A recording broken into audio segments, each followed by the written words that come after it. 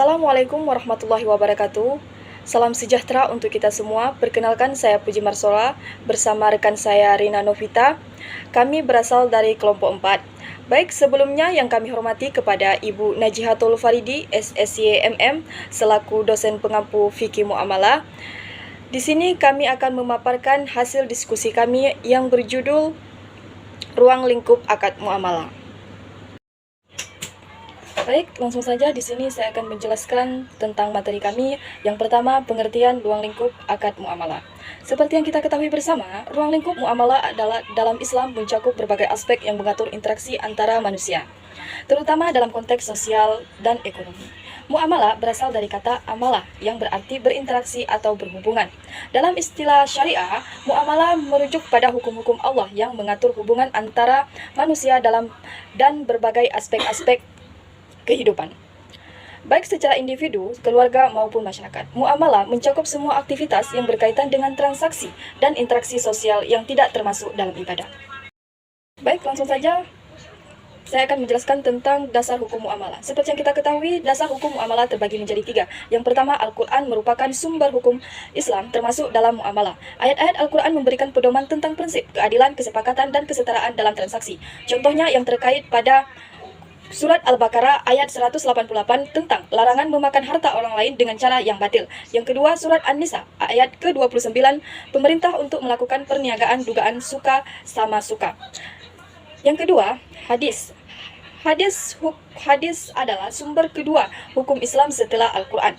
Hadis Nabi Muhammad SAW memberikan antara rinci tentang praktik muamalah, seperti larangan jual beli yang mengandung ketidakpastian dan pentingnya kerelaan dalam transaksi.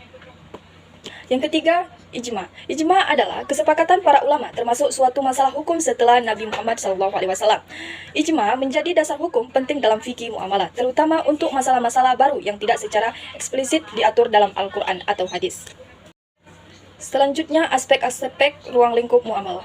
Ruang lingkup muamalah mencakup beberapa aspek, antara lain, yang pertama, menghidupkan tanah mati.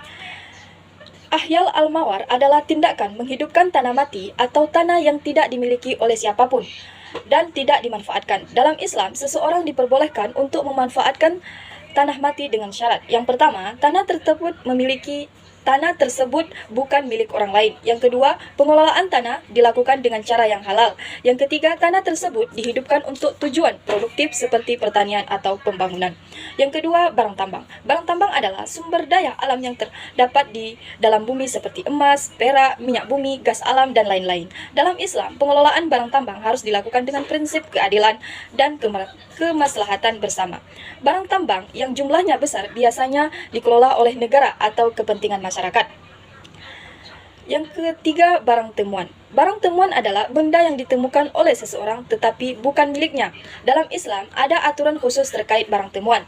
Yang pertama, pemilik barang harus dicari terlebih dahulu melalui pengumuman. Yang kedua, jika pemilik tidak ditemukan setelah waktu tertentu, maka barang tersebut boleh dimanfaatkan oleh penemu.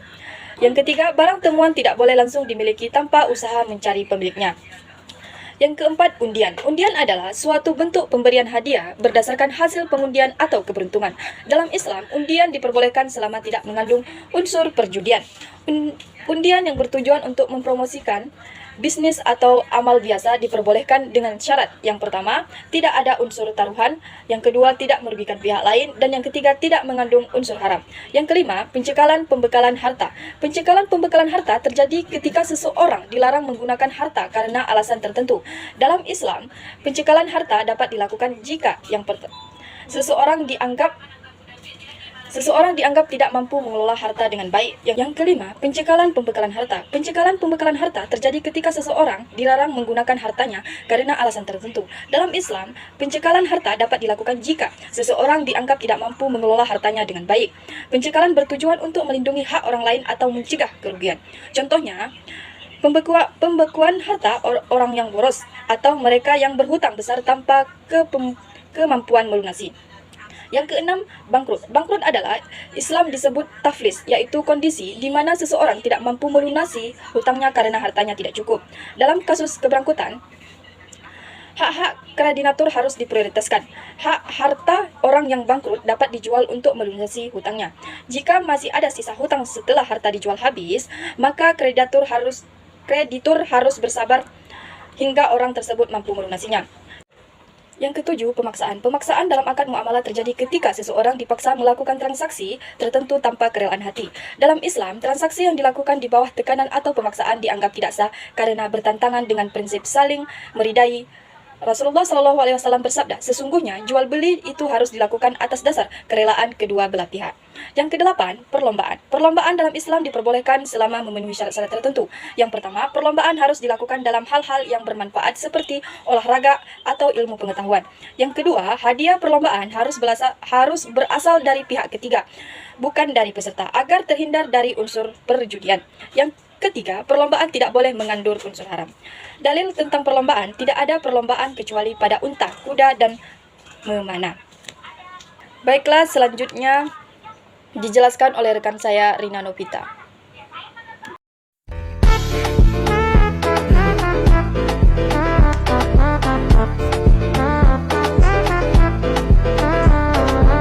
Terima kasih kepada Puji Marsola yang telah memberikan saya kesempatan untuk menjelaskan tentang prinsip-prinsip akad muamalah. Seperti yang kita tahu, prinsip-prinsip akad muamalah itu ada beberapa. Yang pertama itu ada ijab dan kabul, yaitu kesepakatan antara kedua belah pihak yang terlibat dalam transaksi. Nah, ijab kabul yaitu saling meridhai. Akad muamalah harus diawali dengan ijab, yaitu penawaran, dan kabul itu penerima, yang jelas dan sesuai antara kedua belah pihak. Ijab dan kabul harus menunjukkan kesesungguhan, tidak ragu-ragu, dan dilakukan secara sukarela tanpa ada pemaksaan. Nah, yang kedua itu ada kejujuran. Pentingnya kejujuran dalam setiap transaksi untuk menghindari penipuan dan pemalsuan. Kejujuran adalah fondasi utama dalam akad. Para pihak harus jujur dalam mengungkapkan kehendak, kondisi barang, dan segala hal yang berkaitan dengan akad. Nah, yang ketiga itu ada hak dan kewajiban, yaitu menentukan hak dan kewajiban masing-masing pihak agar tidak ada pihak yang dirugikan. Nah, setiap pihak dalam akad memiliki hak dan kewajiban yang harus dipenuhi sesuai dengan kesepakatan. Prinsip ini menuntut keadilan dan keseimbangan dalam hubungan transaksi sehingga tidak ada pihak yang dirugikan. Nah, yang keempat itu ada saling meridhai. Kedua belah pihak harus merasa puas dengan kesepakatan yang dicapai. Kesimpulan, ruang lingkup akad muamalah sangat luas dan mencakup berbagai aspek kehidupan dalam sosial dan ekonomi. Pemahaman yang baik mengenai prinsip-prinsip ini sangat penting untuk menjalankan aktivitas muamalah sesuai dengan syariat Islam. Terima kasih, saya kembalikan kepada Puji Marsola, yaitu moderator saya. Baik, terima kasih. Mungkin hanya ini yang dapat kami paparkan atau presentasikan. Lebih dengan kurang kami mohon maaf. Wassalamualaikum warahmatullahi wabarakatuh.